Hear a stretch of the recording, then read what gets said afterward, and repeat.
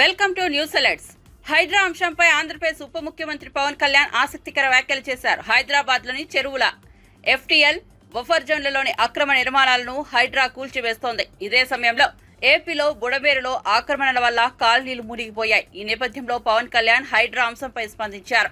ఆయన కాకినాడ జిల్లాలోని గొల్లపోలు గ్రామంలో పర్యటించారు. ఈ సందర్భంగా మాట్లాడుతూ చెరువుల ఆక్రమణలు కొందరు తెలిసి చేయవచ్చు లేదా మరికొందరు తెలియక చేయవచ్చునని హైడ్రాను ఉద్దేశించి పవన్ కళ్యాణ్ అన్నారు. అయితే పునరావాసం కల్పించిన తర్వాతే చర్యలు చేపట్టాలన్నారు. అయితే బాధితుల సమస్యలు ఇబ్బందులు తెలుసుకున్న తర్వాత ఆక్రమదారులకు నోటీసులు ఇచ్చి ఆ తర్వాత ముందుకు వెళ్లాలనేది తన వ్యక్తిగత అభిప్రాయమన్నారు. ఇదే విషయాన్ని తాను సీఎం దృష్టికి తీసుకెళ్తానన్నారు. అంచెలంచెలుగా ప్రతి ఒక్కళ్ళు దీన్ని ఇంక్రిమెంట్గా పెంచుకుంటూ వెళ్ళిపోయారు. ఉదాహరణకి ఒకరితో మాట్లాడుతుంటే వాస్తువులతో మాట్లాడుతూ ఉంటే ఇది 2 లారీలు వెళ్ళేంత దారి ఉంది. నదీ పరివాహక ప్రాంతాన్ని ఇది ఈజీగా వెళ్ళిపోయేది. కొంతమంది గట్లు చెట్లు వేసి ఆ గట్లని వాళ్ళ పొలాల్లో కలుపుకోవటం అదొకటి. ఇది చాలా ఇంక్రిమెంట్లు జరిగింది. కానీ ఇది మట్టుకు ప్రత్యేకించి ఈ జగనన్న కాలనీ మట్టుకు గత ప్రభుత్వం చేసిన తప్పులు. ఇది ఆల్రెడీ 4 అడుగులు లోతట్టు ప్రాంతం. ఇది చిన్నపాటి వర్షం వస్తే మునిగిపోయే ప్రాంతాలు ఇవి. అలాంటి చోట్ల వీళ్ళు 30 ఎకరాల పైగా 32-34 ఎకరాల పైగా వీళ్ళు ఇచ్చారు. ఇది మామూలుగా మనకి రిజిస్ట్రేషన్ ప్రకారం మనకి 13 లక్షలు ఉండేది. అది మార్కెట్లో మనం చూస్తే 30 లక్షలు. దీన్ని వీళ్ళు 60 లక్షల రూపాయలు పెట్టుకున్నాం. సో ఇది జగనన్న కాలనీ అనేది గత ప్రభుత్వం చేసింది. ఎన్ని 100 కోట్ల 1000 కోట్ల తేల్చి మన క్యాబినెట్ మీటింగ్లో తేల్చి చెప్పాలి. అన్ని మొత్తం కూర్చున్న దాని మీద వర్కౌట్ చేస్తున్నాం. దాంట్లో భాగంగా చూస్తే 30 లక్షలు మార్కెట్ రేట్ ఉండగా 60 లక్షలు పెట్టుకున్నారు. అది లోతట్టు ప్రాంతం. ఎవరు ఈ రోజుకి 10% మించి ఎవరు మనకి లబ్ధిదారులు లోపలికి రాలా. దాన్ని బట్టి మీకు అర్థం చేసుకోవచ్చు. ఇలాంటి చోట్ల ఇప్పుడు ప్రత్యేకంగా ఛాలెంజ్ చేసి వీళ్ళు చేసిన తప్పుల్ని మేము కవర్ చేయాలి. వీళ్ళు ఇచ్చేశారు, ఆ తప్పుల్ని కవర్ చేయాలి. వాళ్ళకి ఇన్ఫ్రాస్ట్రక్చర్ ఏదైతే అవసరాలో ఇన్ఫ్రాస్ట్రక్చర్ డెవలప్ చేయాలి. ఇది ఇప్పుడు అలా కాదు. ఇప్పుడు మీరు ఏలేరు ఆధునీకరణకి వీటన్నిటికీ మీకు నిధులు కొరత, అంతే కదా. బేసిక్ నిధులు కొరత. మరి ఇక్కడ ఒక్క చోట మీరు ఇక్కడే చూస్తే దాదాపు 13 కోట్లు, దాదాపు మీరు చూసే 30%, 13 కోట్లు ఇక్కడ ఒక్క ఈ కాలనీకే వేస్ట్ చేశారు. ఇలాంటి ఒకరు చెప్పండి.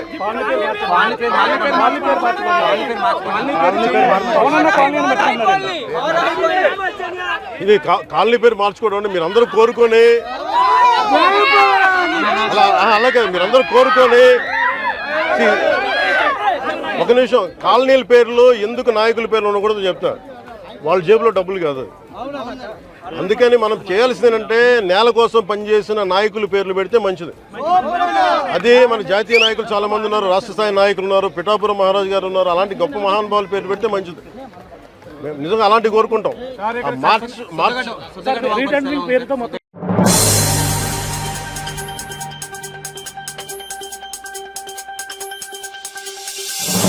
గతేడాది సెప్టెంబర్ 9న వైసీపీ ప్రభుత్వం తనను అక్రమంగా అరెస్ట్ చేసిందని, ఆ రోజు ప్రజలంతా తన వెంటే నిలిచారని ఏపీ సీఎం చంద్రబాబు అన్నారు. తనపై అంతటి ఆదరణ చూపిన ప్రజల కోసం తన జీవితాన్ని అంకితం చేసి పనిచేస్తానన్నారు. వరద ప్రభావిత ప్రాంతాల్లో పర్యటించిన చంద్రబాబు ఆ తర్వాత మీడియాతో మాట్లాడుతూ ప్రజలకు కష్టం వస్తే 9 రోజులుగా వారి మధ్య బస్సులోనే ఉన్నానన్నారు. వారి మధ్య ఉంటూ వారి కోసం పని చేస్తానని వ్యాఖ్యానించారు. అధిక వర్షాలు, గత పాలకుల పాపాలు ఇప్పుడు విజయవాడ ప్రజలకు శాపంగా మారాయని ఆవేదన వ్యక్తం చేశారు. ఆటోలు కానీ లేకపోతే మోటార్ బైకులు కానీ ఏం నష్టపోయారో అవన్నీ రికార్డ్ చేయమంటున్నాం. ఇంకో పక్క చిన్న చిన్న వ్యాపారం ఉన్నాయి, ఏదైతే తోపుడు బండ్లు ఉన్నాయి, ఇంకో కొన్ని చిన్న చిన్న కొట్లు ఉన్నాయి, కొన్ని వ్యాపార సంస్థలు ఉన్నాయి, చిన్నవి పెద్దవి ఉన్నాయి. వాళ్ళు నష్టపోయారు. వాళ్ళకు కూడా న్యాయం చేయాల్సిన అవసరం ఉంది. అలాంటివన్నీ కూడా ఆలోచిస్తున్నా, అది కూడా ఎన్యూమరేట్ చేస్తాం. ఇది కాకుండా చాలా ఆటోలు పోయినాయి. ఆ ఆటోలు కూడా రిపేర్లు చేయించడం కానీ ఇన్సూరెన్స్ ఇప్పించాలి. ఇవన్నీ చేస్తూనే ఇంకొక పక్క మీ ఇంట్లో ఉండే ఒక ఫ్రిడ్జ్ కానీ, లేకపోతే ఒక వాషింగ్ మెషిన్ కానీ, లేకపోతే ఒక సామగ్రిలో ఎలక్ట్రికల్ సామగ్రి, ఎలక్ట్రానిక్ సామగ్రి చాలా ఉంది. చిన్నవి పెద్దవి అన్నీ కొనుక్కున్నారు. అవన్నీ కూడా దెబ్బతిన్నాయి. ఇవన్నీ కూడా రిపేర్ చేయడానికి అర్బన్ కంపెనీ అని ఒక కంపెనీ పెట్టి దాంట్లో మేము యాప్లో పెట్టి మీరు అది డౌన్లోడ్ చేసుకుంటే మీరు ఎవరు కావాలన్నా ఎలక్ట్రీషియన్ కావాలన్నా లేకపోతే ఒక కార్పెంటర్ కావాలన్నా లేకపోతే ఇంకొక ఏ వ్యక్తి కావాలన్నా వాళ్ళు పంపించే బాధ్యత తీసుకుంటాం. ఒక ఇంట్లో లైట్లు వెలగవు, ఇంకో పక్క మీ కుక్కర్ పనిచేయదు, ఇంకో పక్క ఫ్రిడ్జ్ పనిచేయదు. మీరు కానీ అవన్నీ పెడితే మీ ఇంటికే పంపించి రిపేర్ చేస్తాం. ఒకవేళ ఇంటి దగ్గర చేయలేకపోతే పక్కన ఎక్కడ ఒక షెడ్ పెట్టుకొని మీ ప్రాంతంలో రిపేర్ చేసి మళ్ళా మీకు న్యాయం చేస్తాం. ఇవన్నీ చేస్తూనే మళ్ళా మీ అందరినీ తిరిగి కోలుకోవడానికి ఏ విధంగా చేస్తే చేయగలుగుతామో అది కూడా నేను ఆలోచిస్తున్నా. రేపు ఎల్లుండి ఒక నిర్ణయం చేస్తాం. మళ్ళీ ఇదే మార్గం మా ఆఫీసర్లు వచ్చి మీ అందరికీ కాస్త కోస్త ఆర్థిక సహాయం చేసి మీరు నిలదొక్కునే విధానానికి మేము పనిచేసి తర్వాతనే ఇక్కడి నుంచి కలుగుతాం. నా ఉద్దేశం ఒకటే, ఏ ఒక్క వ్యక్తికి అన్యాయం జరగకుండా, అవసరమైతే ఒక వ్యక్తి జరగకుండా చేస్తాం. మీరు కూడా మీ అందరి దగ్గర సెల్ ఫోన్లు ఉన్నాయి. నిన్నటి వరకు కరెంటు లేదు, ఇప్పుడు కరెంట్ వచ్చింది. సెల్ ఫోన్లు వాడేది కూడా నేర్చుకోండి.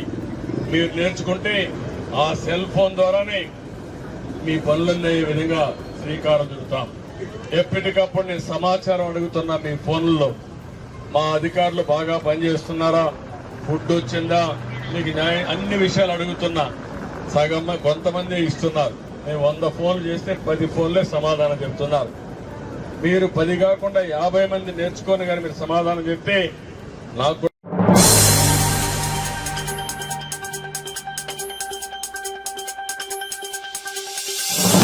బుడమేరు గండ్లు పూడ్చిన చోట గట్లను మరింత ఎత్తు పెంచే పనిలో జలవనరుల శాఖ మంత్రి నిమ్మల నిమగ్నమయ్యారు. మరోసారి వరద ముంచెత్తకుండా గట్లను పటిష్టం చేయడంలో అవిశ్రాంతంగా పనిచేస్తున్నారు. భవిష్యత్తులో వరద పెరిగినా పట్టిసీమకు నీరు తరలించేలా ఏర్పాట్లు చేస్తున్నట్లు చెప్పారు. రేయం భవన్లు బుడమేరు వద్దే ఉండి నిత్యం పనులను పర్యవేక్షిస్తున్నారు.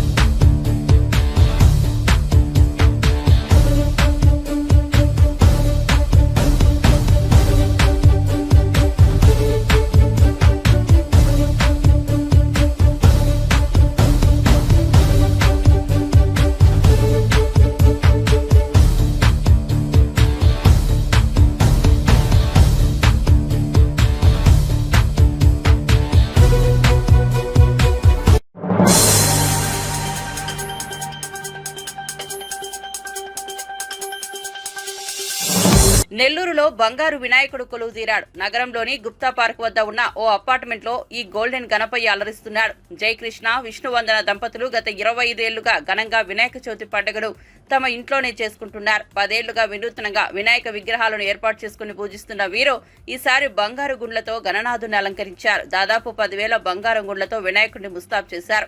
చూడముచ్చటిగా ఉన్న ఈ బంగారు గణేశుడు భక్తులను ఎంతగానో ఆకట్టుకుంటున్నాడు.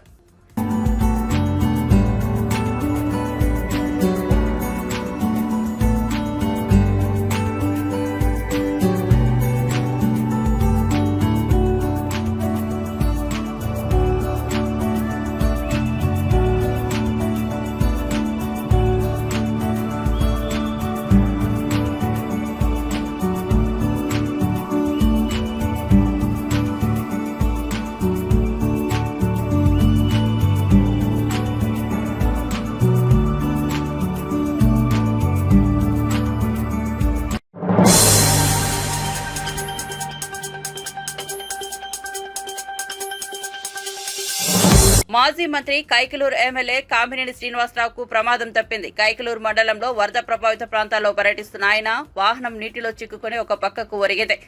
ఆలపాడు కొల్లేటికోట రహదారి పూర్తిగా నీట మునగడంతో ప్రజల యోగక్షేమాలు అడిగి తెలుసుకునేందుకు బొలెరో వాహనంలో వెళ్తున్న క్రమంలో ఈ ఘటన జరిగింది. ఎమ్మెల్యే కామినేని వాహనం పందిరిపల్లిగూడెం గ్రామంలో కొల్లేరు సరస్సులో వెళ్తుండగా ఓ పక్కకు ఒరిగింది. దీంతో అప్రమత్తమైన అధికారులు, నాయకులు కామినేనిని సురక్షితంగా బయటకు తీసుకురావడంతో ప్రమాదం తప్పింది.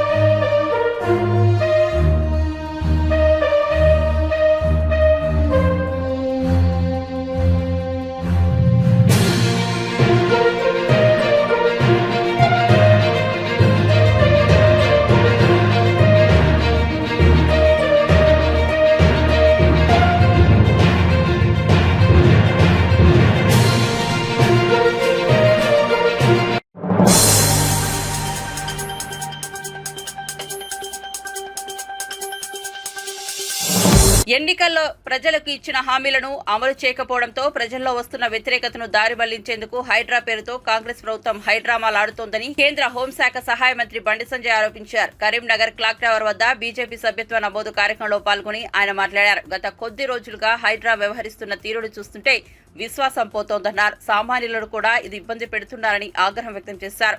నేను మొదట హైడ్రాకు సపోర్ట్ చేసిన పెద్దలు అక్రమంగా కట్టుకున్న భవనాలను, విల్లాలను, ఫామ్ హౌస్లను కూల్చిస్తే సమర్థించిన, కానీ పొట్టకూటి కోసం వ్యాపారం చేసుకునే షాపులను, పేదల ఇండ్లను కూల్చిస్తున్నారు. ఇకపై ఊరుకునే ప్రసక్తే లేదని హెచ్చరించారు. హైడ్రా వ్యవహరిస్తున్న తీరు సరికాదు. ఎందుకు ఈ హైడ్రాబాలు అక్రమ భవనాలకు, ఎఫ్టీఎల్ బఫర్ జోన్లో కడుతున్న ఇండ్లకు పర్మిషన్ ఎందుకు ఇచ్చారు? ఇప్పుడు ఎందుకు కూలుస్తున్నారో ప్రభుత్వం సమాధానం చెప్పాలని డిమాండ్ చేశారు. చాలా పెద్ద ప్రోగ్రామ్ ప్లాన్ చేసేయండి. వర్షం వచ్చి అయినా పర్లేదు, మనం వర్షమైనా ఏదైనా కూడా కమిట్మెంట్తో పనిచేసే కార్యకర్తలు అంటే ఇట్లుంటారు. వర్షం పడ్డా, ఎండ కొట్టినా, ఏదైనా కూడా ఆయనకి తట్టుకుంటూనే భారతీయ జనతా పార్టీ కార్యకర్తలు వాళ్ళు పోయారు. ఆ కొట్టమూర్లు ఉపరిపరిచిన వాళ్ళు వర్షం తడితే గ్లామర్ దెబ్బతింటారు వాళ్ళది. ఇక రండి.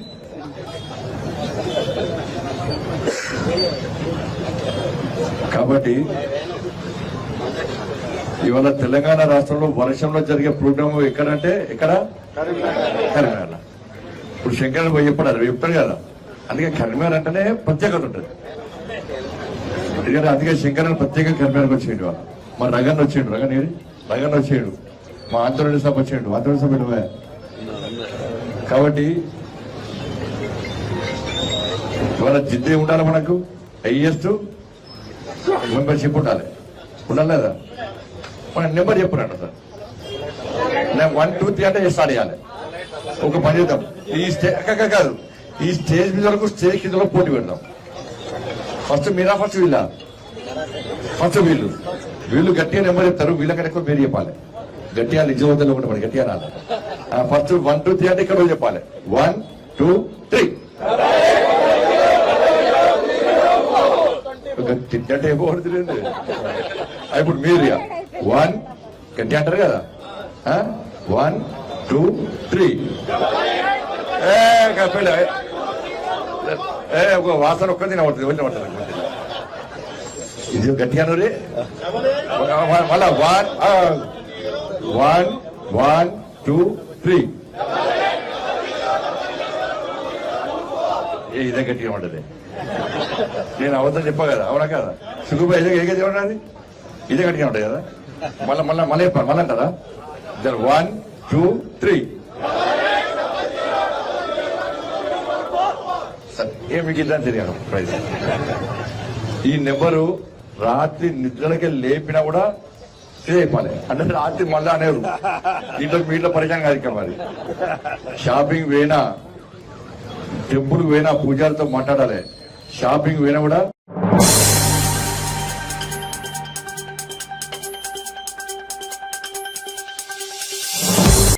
అల్పపీడనం కారణంగా భారీ వర్షాలకు అనకాపల్లి జిల్లా గన్నవరం మెట్ట సమీపంలో రహదారిపై నుండి తాండవ నది ఉప్పొంగి ప్రవహిస్తోంది. కాకినాడ, అనకాపల్లి జిల్లా సరిహద్దు కోట నందూరు, గన్నవరం మెట్ట మధ్య ప్రధాన రహదారిపై భారీగా వరద నీరు ప్రవహిస్తుండటంతో రోడ్డుకు ఇరువైపులా భారీగా వాహనాలు నిలిచిపోయాయి. దీంతో ప్రయాణికులు తీవ్ర ఇబ్బందులకు గురవుతున్నారు. నీటి ప్రవాహం తగ్గే అవకాశం లేకపోవడంతో కొన్ని వాహనాలు వెనక్కి వెళ్తున్నాయి.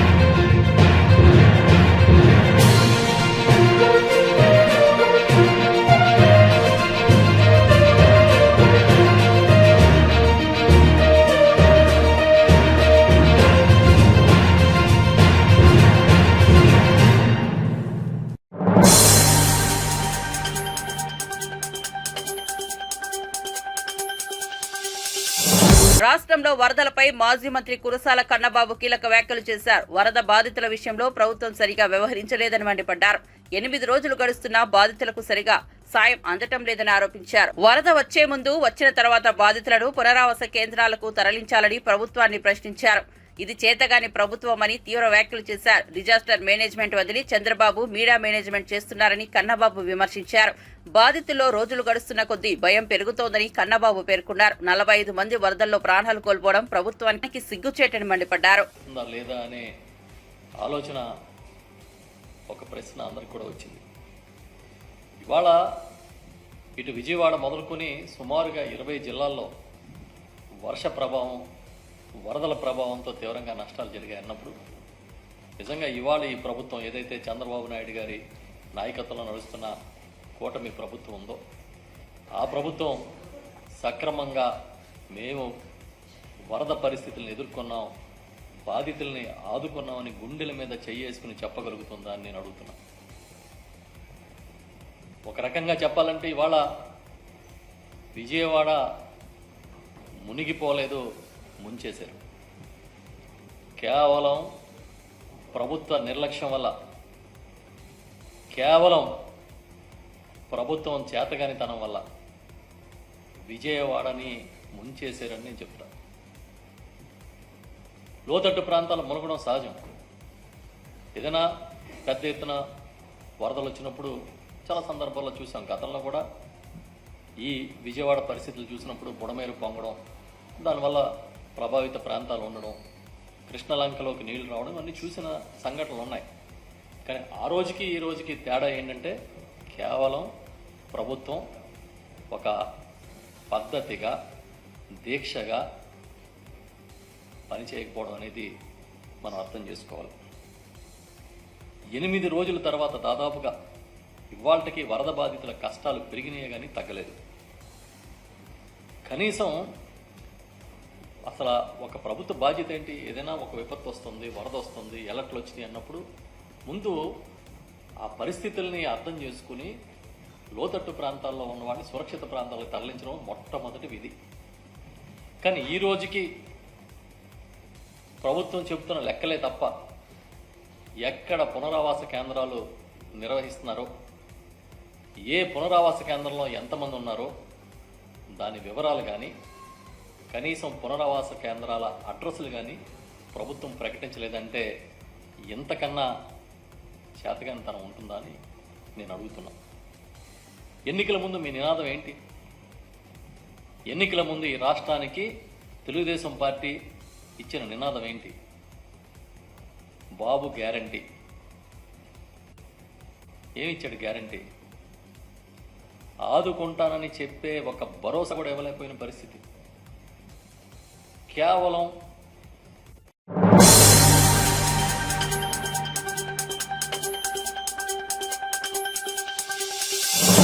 పార్టీ ఫిరాయింపులపై కాంగ్రెస్ రాష్ట్రానికో నీతి అన్నట్లుగా వ్యవహరిస్తోందని మండిపడ్డారు బీఆర్ఎస్ ఎమ్మెల్యే పాడి కౌశిక్ రెడ్డి. ఇదే సమయంలో కాంగ్రెస్ జాతీయ పార్టీలో వ్యవహరించడం లేదని ఎద్దేవా చేశారు.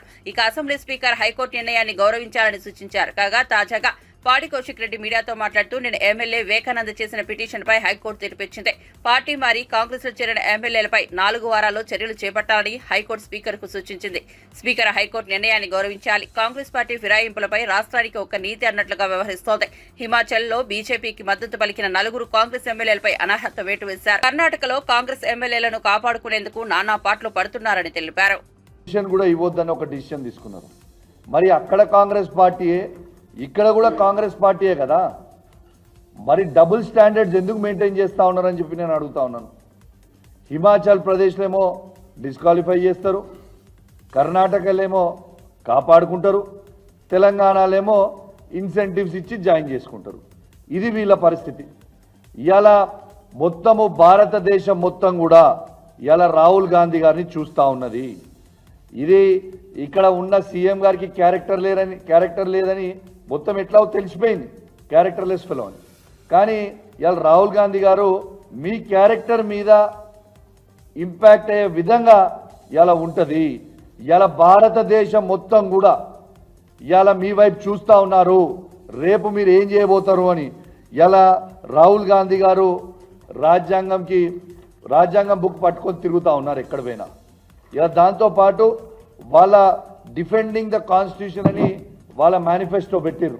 ఇవాళ సెంట్రల్ గవర్నమెంట్ మేనిఫెస్టో ఇది పెట్టినప్పుడు కాంగ్రెస్ పార్టీ మొన్న పేజ్ నెంబర్ 22లో క్లియర్గా 13th పారాలో ఏం రాసిరో వాళ్ళది ఒక్కసారి చదివి వినిపిస్తాం. We promise to amend the 10th schedule of the constitution and make defection, leaving the original party on which the MLA or MP was elected, and automatic disqualification of the membership in the assembly or parliament అనేది తీసుకొస్తామని రాహుల్ గాంధీ గారు స్వయంగా తన నోటితోనే చెప్పింది కూడా మరొకసారి గుర్తు చేస్తా ఉన్నాను. ఇలా ఈ డిసిషన్ని తెలంగాణలో ఒక్కటే కాదు చూసేది, ఈ డిసిషన్ని మొత్తం భారతదేశం చూస్తూ ఉన్నారు రాహుల్ గాంధీ గారు. ఇలా మీరు ఒక డబుల్ స్టాండర్డ్స్గా మీరు మాట్లాడితే, మీ పార్టీగా మాట్లాడితే, you are suppose to be a national party. అంటే మీ నేషనల్ పాలసీ అనేది భారతదేశంలో ఏ రాష్ట్రంలో మీరు అధికారంలో ఉన్నా ఒకటే ఉండాలా. ఇలా హిమాచల్లో మీరు పవర్ ఉన్నది 3 రాష్ట్రాలలో, హిమాచల్ ప్రదేశ్లో, కర్ణాటకలో, తెలంగాణలో 3 రాష్ట్రాలలో 3 దిక్కులు ఉంటాయి. అవి హిమాచల్ ప్రదేశ్లో డిస్క్వాలిఫై చేస్తారు, కర్ణాటకలో ఏమో కాపాడుకుంటారు, తెలంగాణలో ఏమో ఇన్సెంటివ్స్ ఇస్తారు. ఇదా ఒక నేషనల్ పార్టీ లాగా ఉన్నారా మీరు? అసలు మీరు సబ్ రీజనల్ పార్టీ లాగా బిహేవ్ చేస్తూ ఉన్నారు. రీజనల్ పార్టీ కూడా కాదు, సబ్ రీజనల్ పార్టీ లాగా బిహేవ్ చేస్తూ ఉన్నారు. ఖచ్చితంగా నిర్ణయం తీసుకోవాల్సిందే. ఈడ ఎలక్షన్